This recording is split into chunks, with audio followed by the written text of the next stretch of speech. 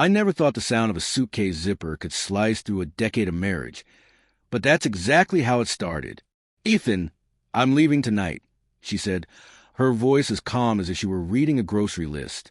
I turned off the stove, pasta half-boiled, steam curling like a ghost between us. "Okay," I replied. That one word changed everything. No begging, no shouting. Just silence thick enough to feel. Claire didn't look at me. She was scrolling on her phone, thumbs dancing like she was more invested in the glow of a screen than the man she'd once promised forever. I watched her toss another sweater into her duffel bag, already half-packed, meaning she'd planned this long before night.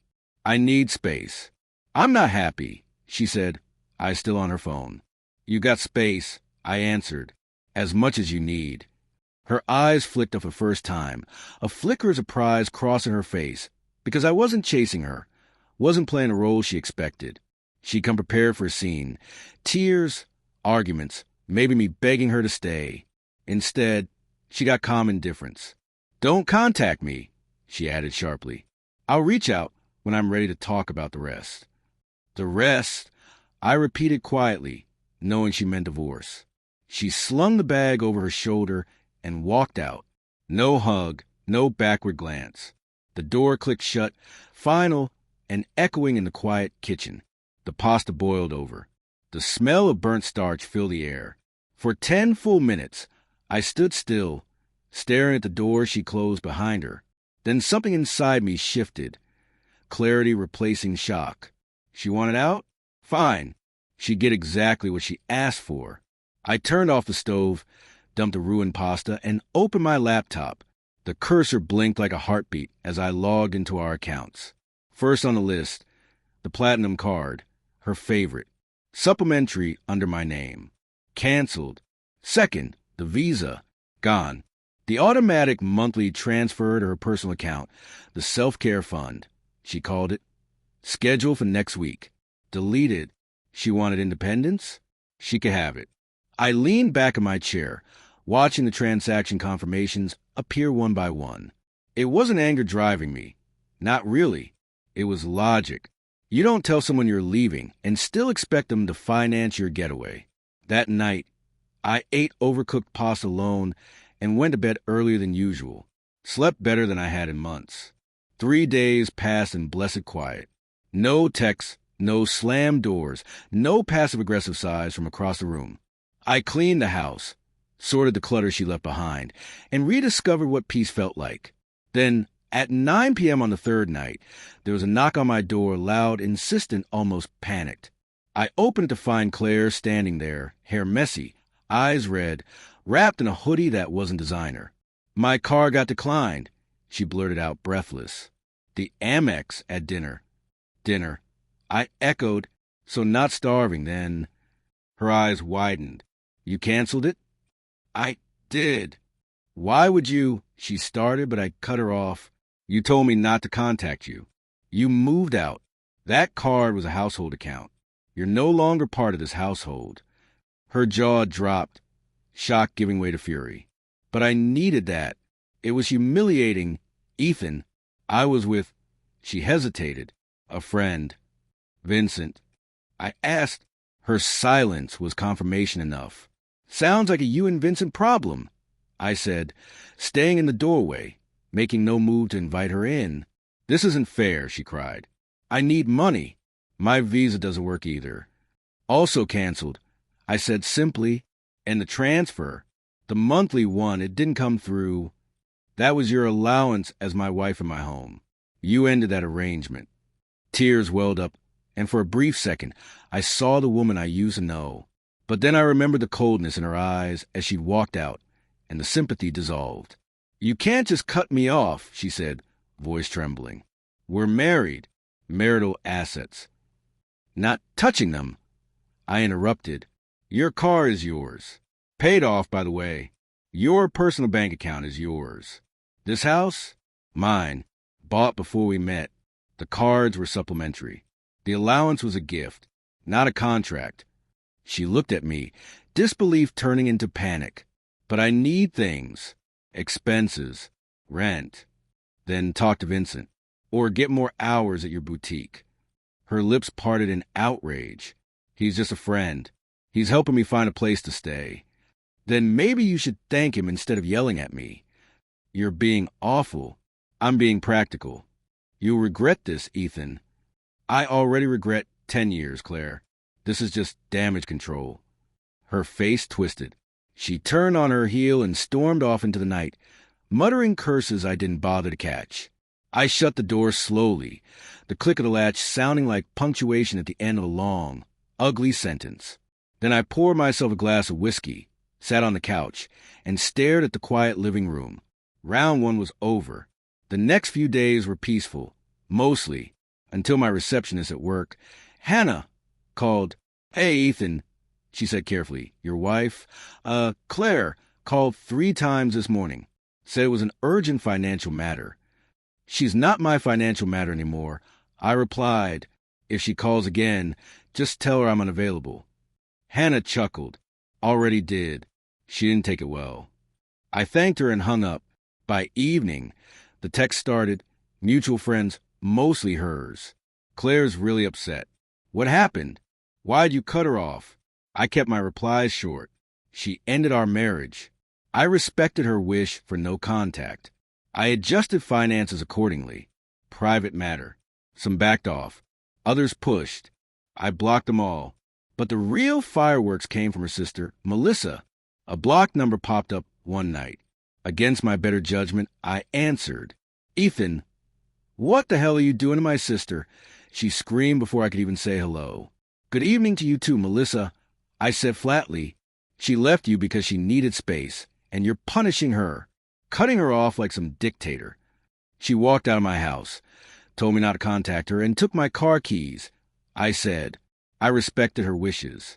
That includes financial independence. "You're a monster. I'm a man following instructions. You can't just change her lifestyle. She's used to a certain standard of living. The standard I paid for, yes. One that ended when she did. She'll take you for everything." Melissa snapped. "She's welcome to try. My lawyer says she doesn't have a case." There was a pause, rage mixed with disbelief. "You'll be sorry, Ethan. She's vulnerable. She made a mistake. You should help her." I laughed softly. A mistake is forgetting an anniversary, not walking out and announcing you're done. She wanted freedom. I gave it to her, complete with responsibility. Melissa sputtered, then tried one more angle. She tried to stop by to get her things. "But you changed the locks. How dare you?" I smiled. "She tried to sneak in while I was at work. I call that trespassing. I call the locksmith peace of mind." The line went dead with a furious click. For the first time in years, I genuinely smiled. Then came the small attempts. A Venmo request, $500. Emergency. Need help. Declined. Another request, please, just until payday. Declined again. The messages turned emotional. "I can't believe you're doing this to me. I just need a little help to transition." Transition to what? A Vincent-funded fantasy? Deleted. My lawyer friend, Russell, told me to document everything. Calls, texts, money requests. I did. Every petty manipulation went neatly into a spreadsheet labeled Claire Fallout. A week passed before the piece began to crack. The house was clean, quiet, almost too quiet. I'd gotten used to sleeping through the night again, waking to sunlight instead of Claire's alarm or her constant phone buzzes. I made coffee, sat at my kitchen counter, and actually enjoyed silence for the first time in years. Then came the voicemail. "Ethan, it's Claire. You can't ignore me forever. We need to talk about bills and other things." I deleted it without listening to the rest. Then another. Then a text. I talked to an attorney.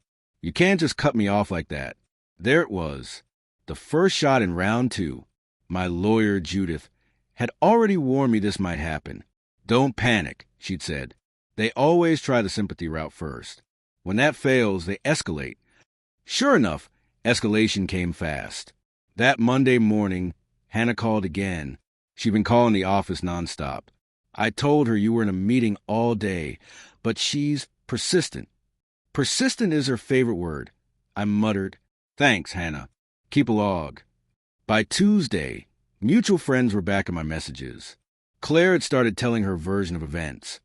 The tragic tale of the cold, heartless husband who threw her out with nothing. Funny how that story left out her walking away with a car, her own savings, and a so-called friend named Vincent. One of our old couple friends, Mark, called me directly. Look, man, Claire's saying you blindsided her. She says she just needed a little space, and you shut everything down. She didn't need space. I said flatly. She needed a clean break, and she got one. Mark hesitated. You sure you're not being too harsh? 10 years, Ethan. 10 years she decided weren't worth a goodbye kiss. I said, if she wanted support, she should have stayed married. He sighed, muttered something about hoping things calmed down, and hung up. I knew he'd go straight back to her with a summary. That was fine. Let her hear I wasn't bending. Wednesday night. I came home to find something strange in the mailbox. A pastel-colored envelope, no return address. Inside was a handwritten note. You don't have to do this, Ethan. People make mistakes. Be the bigger person. She's suffering. Signed, Melissa. I almost laughed. The irony of being told to be the bigger person by someone who'd spent years treating me like an ATM was rich. Still, I kept the note. Documentation. By Friday, another tactic. Claire herself showed up again, this time mid-afternoon, waiting outside when I pulled into the driveway. Ethan, please, she said, stepping forward before I'd even shut off the engine. I rolled down the window, halfway. What are you doing here, Claire? I just need a few of my things. Clothes, makeup, you locked me out. You left, I corrected. I secure my property. You can schedule a pickup through your lawyer. She bit her lip. Why are you being like this? I looked at her, expensive sunglasses, perfectly manicured nails. She didn't look broken. She looked inconvenienced. Because you wanted a new life, I said. Now you get to live it. Her jaw tightened. You think this makes you strong? It makes you cruel. Call it what you want. She turned, furious tears streaking her cheeks, and stalked down the driveway to a car I didn't recognize, small, dark, and driven by a man with shaggy hair. Vincent, no doubt. I went inside and poured a drink.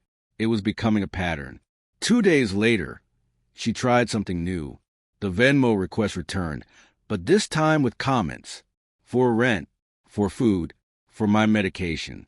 Each one declined, documented, filed away. Then Sunday night, I received an email from her lawyer. Formal tone, lots of legal jargon. Demand for temporary spousal support pending divorce proceedings. I forwarded it to Judith, who called within an hour, amusement in her voice. She's really reaching. I'll draft a polite but firm reply. Make it very firm, I said. When Judith's letter went out, I read it twice. It was a masterpiece of professionalism with a hint of cold steel. Your client voluntarily vacated the marital home, requested no contact, and has since established a new residence with a third party. My client's cessation of discretionary financial support was entirely reasonable. Translation, she walked. He paid enough already. A week passed without incident. Then Melissa struck again. Blocked number. Same shrill tone. Ethan, you can't just hide behind lawyers. Claire's tried to get her life together, but you're making it impossible. She has a job, doesn't she? A part-time job. You know she can't live off that. She managed fine for dinners with Vincent. Don't bring him into this. Why not? She did. There was a furious intake of breath. You're vindictive. I'm consistent. She tried to stop by again yesterday. Melissa snapped. You weren't home, and she couldn't get in. Do you really think changing the locks makes you the good guy? It makes me the homeowner. Click. Dial tone. That night, I poured another drink and wondered how long they'd keep this up. The answer came sooner than expected. Tuesday morning, I arrived at work to find security waiting by my office door. Hannah looked uncomfortable. She showed up, she whispered. Claire, she came here. Of course she did. According to security, she'd walked into the lobby demanding to see me, crying that it was urgent. When told she couldn't enter without an appointment, she'd thrown a small tantrum before storming out. I thanked them, slipped Hannah 100 in cash, and said, "If she ever shows up again, tell her I'm in Europe." That evening, a single text from an unknown number. "You can't ignore me forever." Deleted. The following weekend, I decided to finally do something I've been putting off. Changing the car insurance and finalizing the house paperwork. Judah suggested moving ahead with selling the house. It was premarital property, and keeping it felt like holding on to a ghost. I agreed. When the for sale sign went up 2 weeks later, Melissa left a voicemail dripping with outrage. "You can't sell that house. It's where you and Claire built your life." Built. Past tense. I let it ring out. Meanwhile, Claire's life seemed to be unraveling in real time. Friends who once gushed over her online suddenly went silent. A few subtle posts hinted at money troubles. Starting over is hard but freeing. Some people only love control. I almost admired the audacity. Then came the rumor. Apparently, according to her, I'd been financially abusive for years. That one stung, not because it was true, but because it showed how far she'd go to rewrite history. My instinct was to defend myself. Post screenshots, bank statements, proof of everything. Judith stopped me. "Don't feed it. Let her burn her credibility on her own." So I waited, and sure enough, she overplayed her hand. Someone from her new workplace, a boutique downtown, sent me a screenshot through a mutual acquaintance. A public post, now deleted, where Claire complained about toxic men who use money to trap women. Comments were sympathetic at first until someone asked, "Didn't you leave him?" That comment got hundreds of likes before she deleted the post. The narrative was crumbling. Still, the emotional games didn't stop. One evening, as I came home from the gym, I saw a small box on my porch. Inside were a few of my old shirts, a photo frame, and a note in her handwriting. "Maybe you'll remember what we had." No return address. No reason. Just guilt dressed as nostalgia. I threw the box straight into the trash. By then, 2 months had passed since she'd left. The silence between her outbursts grew longer. I'd almost begun to think it was over when Russell called me. "Dude," he said, laughter in his voice, "you're going to love this. Claire tried to file a temporary restraining order against you." "What?" "Yep. Claimed you were harassing her through finances." The judge dismissed it in about 30 seconds. Jesus, I muttered. "What's next?" "She's running out of tricks. Hold steady." And I did. I kept my records, my screenshots, my calm. Because at that point, it wasn't even about revenge anymore. It was about self-preservation. But there's one thing I've learned about people like Claire. They can't stand losing control. And when they realize they've lost it, they lash out one last time. The call came 3 weeks later. Judith again. "You're not going to like this," she said. "She's making noise about emotional distress. Claims she suffered because of your financial cruelty." "Cruelty?" I repeated. "I canceled credit cards." "Exactly. It's weak, but we'll respond. Don't engage directly." "I haven't." "I know. Keep it that way." So I waited again, and like every storm, it passed. Her lawyer eventually sent another letter, a watered-down settlement offer that boiled down to, let her take a few more personal items and maybe a small payout. Judith smiled when she read it. "They're folding." "Good," I said. "Let her have her clothes. I'm keeping my peace." That night, I sat on my porch, whiskey glass in hand, staring at the sunset. The air smelled like rain and fresh-cut grass. For the first time in years, I felt something close to freedom. And yet, somewhere deep down, I knew the final act hadn't played yet. Claire wasn't the kind to exit quietly.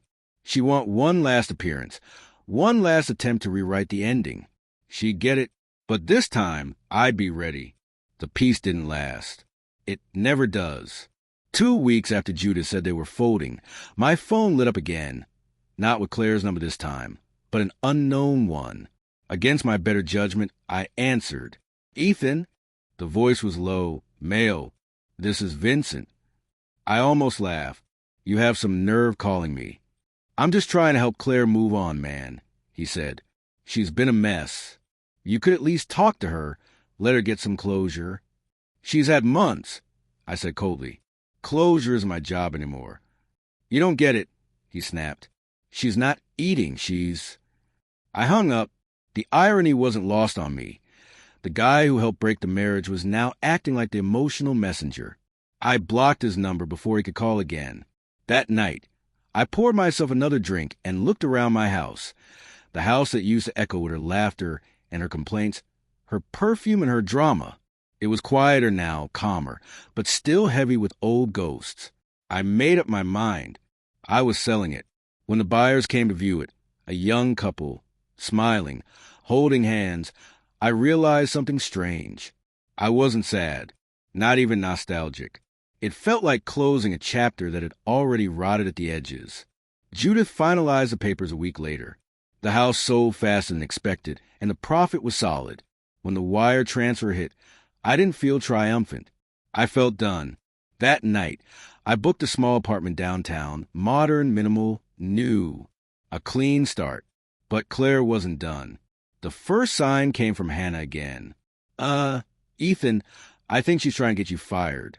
I looked up from my laptop. What? She called the corporate office. Said you've been misusing company funds. I heard it from HR. They checked your account immediately, obviously found nothing. I let out a humorless laugh. She's really losing it. Hannah hesitated. They said she sounded desperate. I nodded. That tracks. 2 days later, my father called. I hadn't told him much, just that the marriage was over. He's old school, believes marriage is sacred, that everything can be fixed if you just talk it out. Son, he said, voice stern, Claire reached out. She says you're being unfair. Of course she did. She said you cut her off financially with no warning. That's not how I raised you, Ethan. She left, I said. Walked out. You can't abandon someone and expect a paycheck. She's your wife, he pressed. At least until the divorce is final. Not anymore. She's just someone I used to know. There was a long silence. I don't like the man this has made you, he said quietly. Neither do I admitted, but it's who she made me. We didn't speak for 2 weeks after that. It's strange how betrayal doesn't just break love. It ripples through everything. Friends, family, trust. Everyone takes sides, even when they say they won't. And then came the next hit. A letter, not from her lawyer this time, but from the court. Claire was filing for equitable distribution, claiming she contributed to my business. That one made me laugh out loud. Claire couldn't code her way out of spreadsheet. Judith called me in. This is her last big play, she said. She's trying to claw something out of the business to fund her lifestyle. She didn't touch a single file in my company, I said. Never once worked there. I know, but she might have texts or emails suggesting she supported you emotionally while you built it. Judges sometimes by that nonsense. So what do? We fight back. The next few weeks turned into a storm of documents, affidavits, and witness statements. I pulled every record from the past 5 years. Company finances, contracts, payroll, you name it. Judith built a wall so high even Claire's manipulation couldn't scale it. When the first hearing date arrived, I walked into that courthouse feeling oddly calm. Claire was already there, sitting beside Vincent. Yes, he came too, her lawyer whispering in her ear. She looked up as I entered, eyes full of venom and something else. Fear. I nodded politely, just once. Judith leaned over. Don't speak unless spoken to. Let me do the killing. The hearing was short, mostly procedural. Her lawyer argued that she'd helped Ethan emotionally and logistically during the founding of his company. Judith countered with receipts, timestamps, emails, proof that Claire hadn't even lived in the same city when the company was founded. The judge's expression said it all. By the end, he ruled that her claim had no standing. Case dismissed. Claire's face fell. Vincent whispered something to her, but she didn't respond. Outside the courtroom, she called after me, Ethan, wait. I stopped. Why? You didn't have to humiliate me like that. You humiliated yourself. She looked around, lowering her voice. I made mistakes, okay? But you don't have to destroy me. I'm not destroying you, I said. I'm just refusing to let you destroy me. Her eyes glistened, but the tears never came. I think she'd run out of real ones months ago. She turned away without another word. Vincent followed, looking smaller than I remembered. Judith watched them leave. That, she said, was the last scene of her play. I wish I believed that. You should, because there's nothing left for her to take. She was half right. The divorce finalized 6 weeks later. Clean, efficient, clinical. No alimony, no assets shared, just signatures on paper. Judith sent me a copy of the final decree with a note. Congratulations, you're free. Freedom felt strange. I celebrated quietly. Dinner alone, a good steak, a better bottle of whiskey. No fireworks, no friends. Just peace. Then, one day, Hannah walked into my office holding a tablet. You're trending, she said cautiously. What? She showed me the screen, a Reddit thread titled, My husband destroyed me financially after I supported his career for years. Posted by someone under a throwaway account. It was clearly Claire. The details were disguised, names changed, but the story was unmistakably ours. She painted herself as the innocent wife abandoned for no reason, the selfless partner who helped build his empire only to be discarded. The comments were divided, half sympathetic, half skeptical. She left him, though. One user asked. Opie replied. He pushed me out emotionally long before I left physically. Classic Claire. I read the entire thread, every manipulative twist, every invented detail. And for the first time, I didn't feel angry. I just felt tired. That night, I opened a blank document. I didn't post on Reddit, not yet, but I wrote my own version. The truth. It started simply. My wife thought I'd never stop paying her way. She was wrong. I didn't post it for revenge. I wrote it for myself. To remember the truth, stripped of her dramatics. But then I realized maybe I should. Maybe the best revenge isn't shouting. Maybe it's showing. So I did. I posted anonymously. Same subreddit. Same tone. I told the story exactly as it happened. No exaggeration, no bitterness. Just the facts. Within hours, it blew up. Thousands of upvotes. Hundreds of comments. People saw through her act instantly. This sounds like the same woman who posted earlier. Someone wrote. Another replied, plot twist. We found the husband. The thread went viral. Screenshot spread. People started comparing the timelines, the contradictions. Her version crumbled publicly, piece by piece. 2 days later, the original post was deleted. Her account vanished. And just like that, silence again. Judith called after seeing the viral thread. That was you, wasn't it? I chuckled. Maybe. She sighed. I can't officially condone it, but that was poetic. It wasn't revenge, I said. It was closure. She paused. Sometimes those are the same thing. Months passed after that, quietly. I focused on work, traveled a little, even met someone new. Someone calm, kind, the complete opposite of Claire. Life felt normal again. Until one night, while walking home from dinner, I saw her, Claire, sitting alone on a bench outside a cafe, cigarette in hand, staring at nothing. She looked small, not glamorous, not confident, just hollow. She didn't see me. I watched her for a moment, then kept walking. No words, no confrontation, no final speech. That was a revenge, not rage, not ruin, but peace. Because the truth is, nothing punishes someone like her more than being ignored. And as I walked into the cool night air, I realized something. I wasn't a villain in her story anymore. I wasn't even a character. I was free. Months rolled by quietly, like the world had finally decided to stop testing me. My days became simple again. Wake up, run, shower, coffee, work. No drama, no emotional ambushes waiting in my inbox. Just life, steady and calm. The new apartment had started to feel like home. The walls didn't carry echoes of old arguments or her perfume anymore. There were no framed wedding photos, no reminders of promises broken. It was all mine, my space, my silence. And in that silence, I learned something I had forgotten how to do. I learned how to breathe again. For the first time in years, I could sit by my window, stare at the skyline, and not feel like something was missing. Freedom, I realized, isn't loud. It's not fireworks or champagne or shouting. I made it. Freedom is quiet. It's peace. Then one day, I got an email from an address I hadn't seen in nearly a year. Subject, I'm sorry. I stared at it for a long time before opening it. It was from Claire.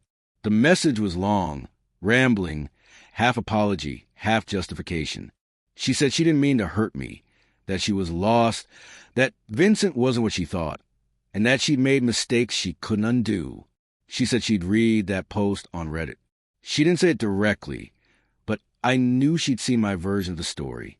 I just wish you hadn't told everyone. You made me look like a monster, she wrote. Maybe I deserved some of it, but not all of it. I didn't reply. I read it twice, then archived it.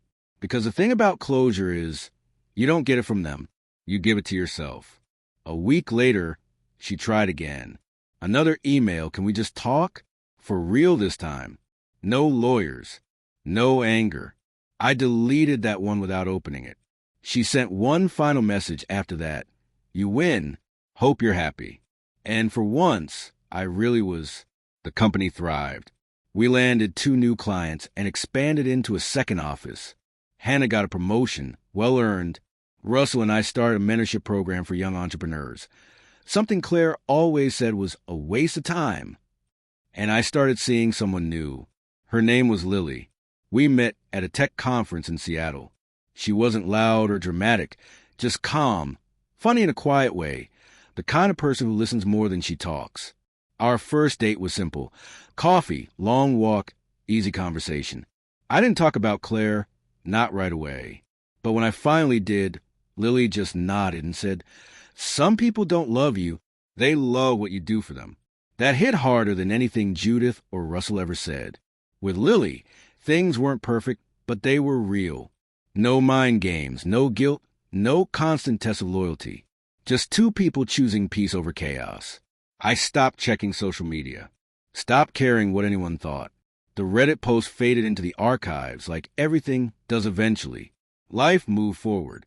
Then, almost a year to the day after Claire left, I got a call from an unknown number. I answered out of habit. Is this Ethan Reynolds? Yes. This is Detective Wallace, Chicago PD. Sorry to bother you. Do you know a Claire Matthews? My stomach dropped. Yeah. What happened? She listed you as an emergency contact years ago. She was in a minor car accident. Nothing fatal. But she's in the hospital. You're still in her records. I was silent for a moment. Is she alone? As far as we can tell. I gave a quiet sigh. Thank you for letting me know. After hanging up, I sat there for a long time, staring at nothing. I hadn't thought about her in months, not deeply. She was just a chapter that ended. But hearing that she was hurt, even slightly, stirred something. Not love, not anger, just a faint echo of who we used to be. Against my better judgment, I went. The hospital smelled like antiseptic and regret. I found her room easily, room 208. She was lying there, bruised but awake, staring out the window. When she turned and saw me, her eyes widened. You came. I shrugged. You listed me as an emergency contact. A faint smile crossed her lips. I forgot to change that. I figured. For a long moment, neither of us said anything. The silence between us wasn't angry anymore. It was just tired. Finally, she said, I didn't think you'd actually come. I almost didn't. She nodded slowly. You look different. Peace does that to you, I said. She looked down at her hands. Vincent's gone. He left when the money ran out.